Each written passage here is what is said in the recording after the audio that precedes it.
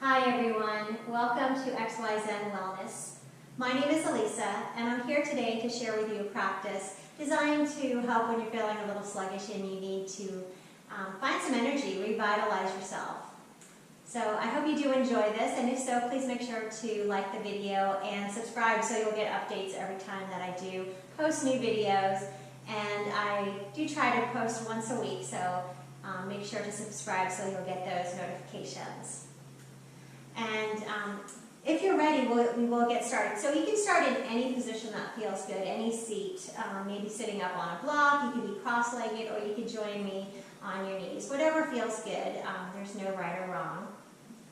So wherever you are, and actually you can even lie down on your back if that feels good, maybe allowing the eyes to close, just starting to find your connection with your breath.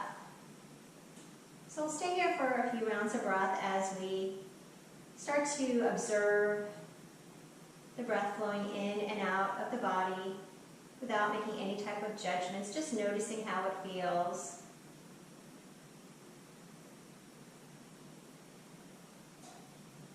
Watching as the belly expands on an in-breath, and then the belly draws in as we exhale.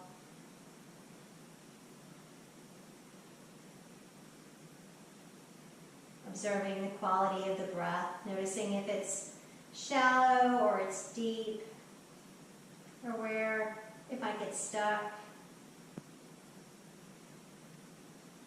And then just that simple observation of the breath can sometimes lengthen and deepen it. Relaxing our shoulders down away from the ears. Maybe sitting up a little bit taller if we're sitting up, and remembering that maybe it might be appropriate to sit on some type of support, maybe a cushion or a block. So we'll take just a few more breaths here with our eyes still closed.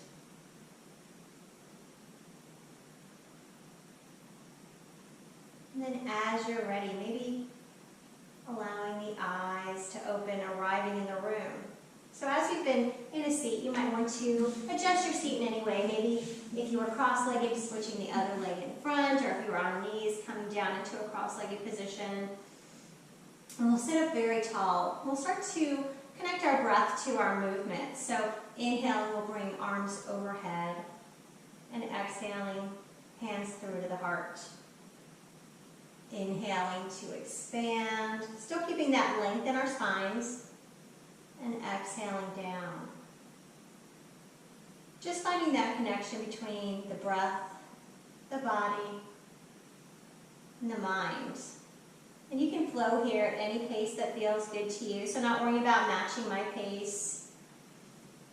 Just letting one breath match one movement. So one breath for one movement. And if this sweeping motion with the arms doesn't feel good to you, then maybe adjusting your arms, your movement. If there's any shoulder discomfort, we can make that motion a little smaller. There's no right or wrong here. We're just trying to find that connection. So we'll take one more big sweeping inhale. And then exhaling down, we'll bring palms into our lap. And then we'll come to just a little bit of lateral flexion for the spine. So inhaling, left fingertips up, right fingertips can be on the mat, maybe taking just a little bit of a side bend, still keeping both hips, both glutes glued down to the mat.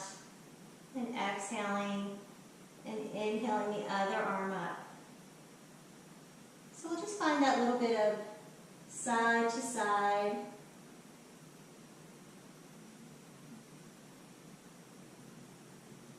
And again, matching your breath to your movements. Not necessarily going at the exact same pace that I am, just finding what feels good to you today. And as we're moving here, we're getting a little bit of flexion, lateral flexion through the spine. And even if we're coming over to the side, it's just a little subtle movement. We're not worried about coming all the way down. Just beginning to Find that mobility in the spine. So we'll do one more time to each direction, maybe looking up to the hand if that feels good, or down to the floor. And then from here, we'll come on to hands and knees. So whenever we come on to hands and knees, we can always pat the knees if we need to. We could either double up our mat or place a blanket under the knees. We'll place those knees directly underneath the hips. Hands are underneath the shoulders, or we could use fists for wrists. Another option, if at any point it becomes too uncomfortable on our wrists, would be to come down onto forearms, either on the mat itself, or maybe placing our blocks under our forearms. So always doing what feels good to you. So finding your option as we get ready to flow through cat and cow. So inhaling, we'll lift the tailbone to the sky, letting the belly drop as we extend the heart forward. Exhaling, rounding, tailbone in, drawing navel to spine, coming into cat pose, drawing chin into the chest. Inhaling to extend, and exhaling to round, pushing that floor away from us. So just a moment ago we were doing lateral flexion from the spine, for the spine, and now we're doing extension with our cow pose and flexion with our cat pose. So we're moving our spine in all different directions, all different planes, trying to keep that mobility and keep the spine young. We have an option here to either keep the tops of the feet flat on the mat, or we could curl the toes under. So you might experiment with that. We'll do one more cat and cow. And then after our next cat pose, we'll come back into tabletop. So right between our cat and our cow. And then bringing big toes to touch, we'll let our knees go wide as we sink our hips back into child's pose, allowing the forehead to rest, or maybe rocking the brow. And if your forehead doesn't come all the way down to the mat, you can place your hands or maybe your block underneath the forehead. You just massage the middle of the brow. Having awareness of the low back, maybe into the hips or the inner thighs, any place that might be speaking to you right now. And knowing that anytime you need to, you can always come to rest right here in child's pose, or any other place that feels good to your body. From here, we'll extend the arms all the way in front of us. And then curling our toes under as we bring our knees back in line with our hips to lift into downward facing dog. So for our first downward facing dog, we'll bend the knees deeply, and that's going to help us lift the hips a little higher to the sky. And our goal in downward facing dog is always to lengthen our spine. So rather than worrying about getting the heels all the way down, we'll think about keeping that length in our spine. We could choose to stay right here with both knees bent, or we could start to walk our dog, lifting one heel while we lower the other, and then just switching from side to side at whatever pace feels good. Remembering that it's always an option to stay still. Or if at any point this becomes a little too much, we can lower knees, coming back into our tabletop position.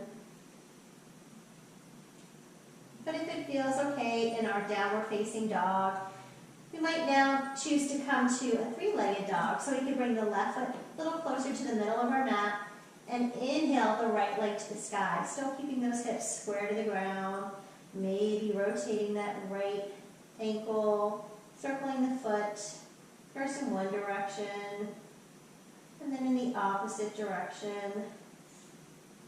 Not worrying if it's a perfect circle. And then coming to that three-legged dog on the other side, we'll inhale the left leg to the sky, circling, and and going in both directions. And then lowering the left foot down. We'll find ourselves back in that downward facing dog, lifting those hips to the sky as we push the floor away from us. We could peek ahead to make sure that our hands are still facing the front of our mat, all 10 fingers, and our feet are about hip bone distance apart. Inhaling to look forward, and then exhaling. We'll walk all the way to the top of our mats into forward fold, keeping those knees soft. From here, we can just trace our fingertips across the floor like a rag doll, or maybe holding on to our elbows, framing the head, and just allowing the back of the body to release. Lengthening here, lengthening through the hamstrings and the upper back, the low back. If those hamstrings are a little too tight, we could deepen the bend in our knees. And then releasing hands down to the floor. We'll soften that bend and inhale, lifting all the way up to stand in extended mountain pose. And then bringing hands together at the heart. Taking a moment to find our center here. Finding a sense of being balanced between both feet. So rooting down under the big toe and the baby toe of each foot. And then finding a sense of center between the inner and outer edge of both heels. From here, we'll inhale to the sky, and then exhaling, hinging forward into a swan dive with those knees deeply bent. Inhaling to lift, and exhaling to lower. So as we're flowing through this swan dive, really thinking about keeping a strong engagement through the core muscles, and remembering the core is more than just our abs, it's our low back, our hips, and our glutes. But really drawing that navel into the spine and keeping length in the spine as we lift and lower, hinging down, hinging at those hips in both directions. So we'll flow through this swan dive just a couple more times, keeping the knees bent as we lift and lower. The next time we come into our mountain pose, we'll bring hands together at the heart. And taking a step back with our left foot, we'll come into a short stance for our warrior one. Bringing hands together at the heart. And we'll square our shoulders to the front edge of our mat. We can either keep our hands together in prayer, we can inhale the arms to the sky in a more traditional warrior, or maybe opening our arms into cactus arms. The rear foot is pushing down firmly into the mat, especially that outside edge of the mat. And you might notice a little sensation in that hip flexor there. And getting ready to open into our warrior two. We'll turn our torso towards the long edge of our mat, and we might open our stance a little wider. Arms can be at shoulder level if that feels okay to your shoulders, or we can bring hands back to prayer once again. Always remembering that our arms are optional. But if we have our arms at shoulder level, we'll let our gaze go out over that front hand. That's our drishti, our focus. And we'll take a peek down, making sure we can see our big toe inside of our front knee. Inviting that knee to go towards the pinky toe edge of the foot. And from here we'll inhale, straightening that front knee, lifting the arms to the sky, and exhaling to lower. Inhaling up, and exhaling down. We'll do that just one more time, inhaling to lengthen. And exhaling, sitting down a little deeper into those strong legs.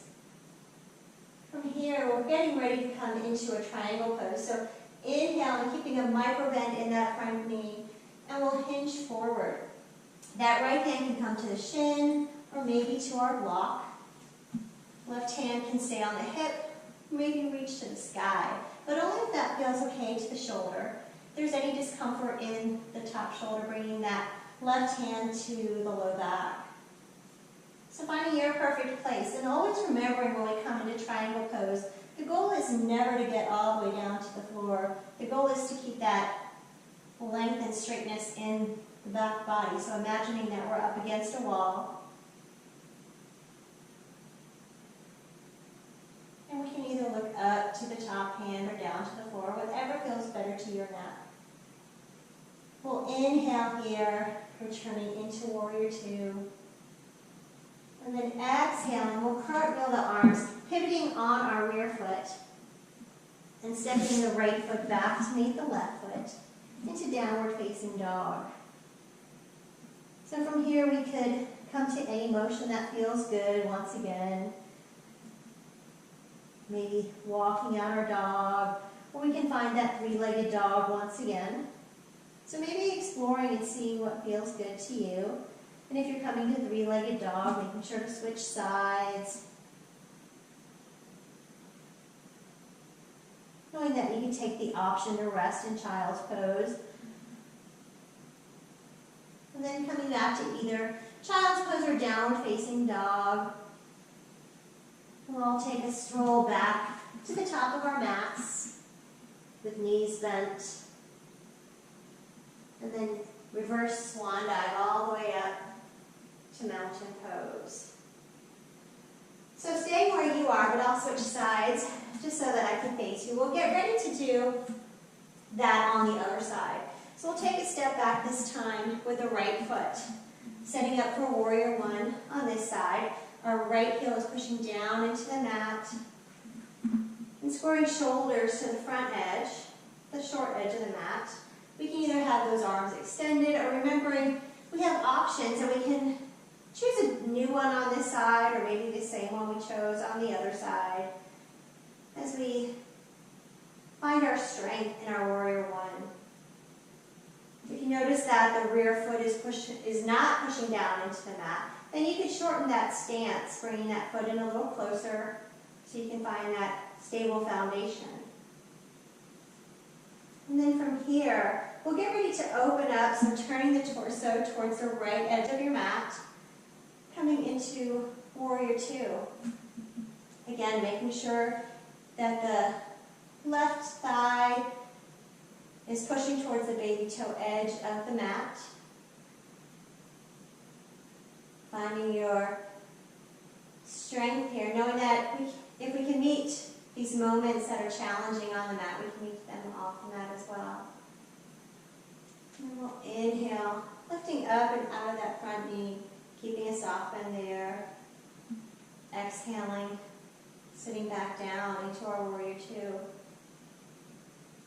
Inhaling to lift, and then exhaling, lowering.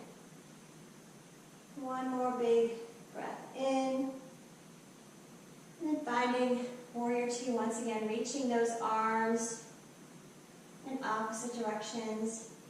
We'll inhale, finding that micro bend in the knee, so never locking out the knee, and then coming into our triangle pose here on this side. Remembering, we have so little weight in that bottom hand that we could actually just leave that arm free. So we don't want to be dumping the side body weight into the leg. We can either look up or look down, making the choice that feels safest to your neck. And then using the strength of the rear leg and the torso, we'll inhale back up, finding Warrior Two, where we'll cartwheel our arms, pivoting that foot. And this time we'll take a big step to the top of our mat.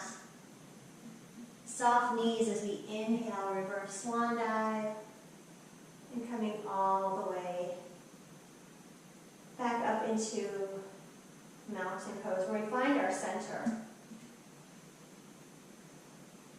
So we'll take a couple of breaths here, feeling those feet rooting down into the earth, imagining that we've got roots coming out of the bottoms of our feet.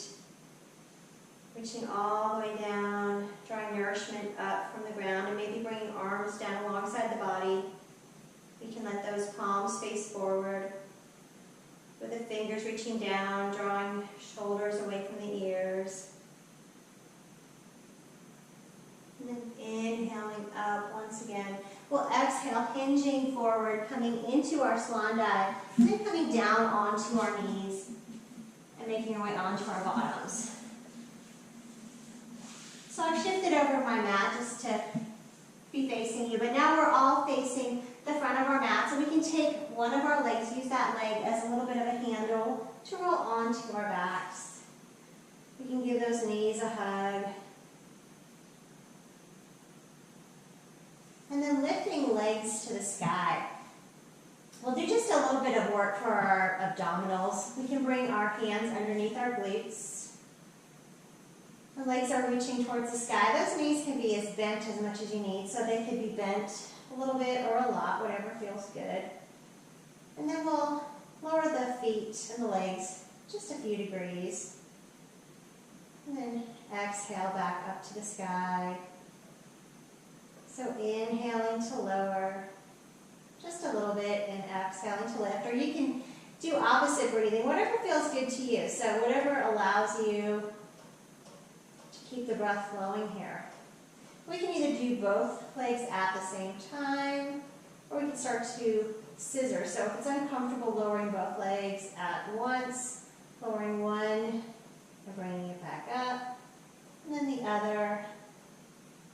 And then you might just explore with how far you can lower the legs and still keep the low back on the mat. Remember, we can have our hands under our glutes for a little bit of support. So just seeing what feels good to you today. Remember, you can do one leg at a time or both. And maybe starting to go a little bit lower. And then lifting up. And our goals here are to allow the breath to flow easily. If we're holding the breath or it's becoming labored, then we're trying just a little too much. We're going for quality over quantity. So if at any point you get a little fatigued, taking a break, knowing you can come back to this whenever you're feeling a little bit more ready. And if you're still with me, we'll just do one or two more.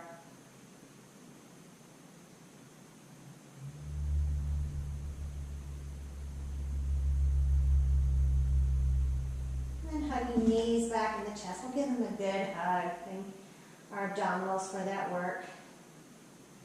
Maybe notice the hip flexors getting a little bit of work as well. We'll bring feet down to the floor. We're going to come to a nice, easy twist. So you could cross the legs just as if you were sitting in a chair. And lifting the hips up and over to the right. We'll let both knees come over to the left side. The right arm can come behind the body. And it might feel good to put your left hand on top of the thighs. And if it feels uncomfortable in any way crossing the knees, you could just bring one knee on top of the other. So we move the spine in a bunch of different directions, and now we're getting a nice twist here, twisting from the base of the spine all the way up to the top of the head.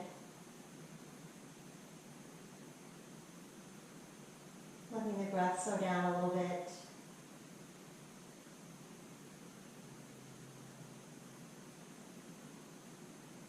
And bringing knees back to center. If the legs are crossed, we'll uncross them. Take a moment to allow the spine to come back to normal, to neutral for you. And then if it felt okay with the knees crossed on the other side, we can cross the left leg over the right. Lifting the hips to the left edge of the mat, letting both knees come over to the right side. Again, if that's not happening with the legs crossed, you have the option of stacking the knees one on top of the other, or maybe placing a block underneath the knees. We can either look up to the ceiling or over to the left hand. Maybe even over to the right side. Whatever feels good in your neck.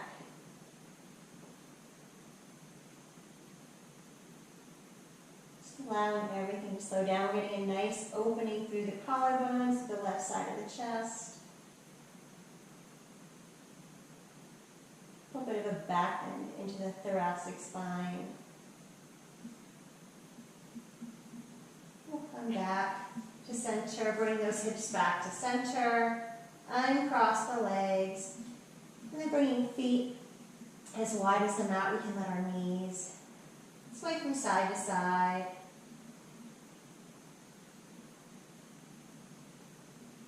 Just a little bit of windshield wiper here.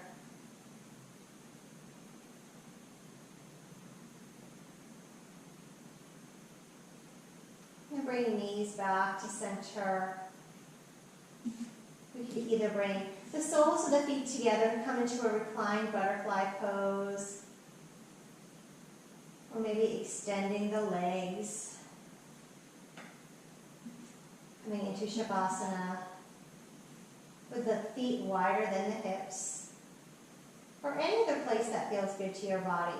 So we want to come to a place of rest. So for you, that might even be on your belly, choosing what feels good today.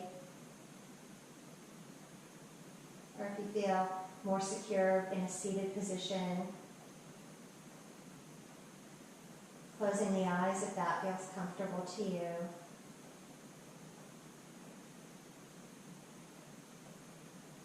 And allowing the body to absorb the work that we've done. So since this is a practice designed to revitalize us, we'll only stay here for a few moments, but just taking this time to let the body absorb what we've done, all the work that you've done.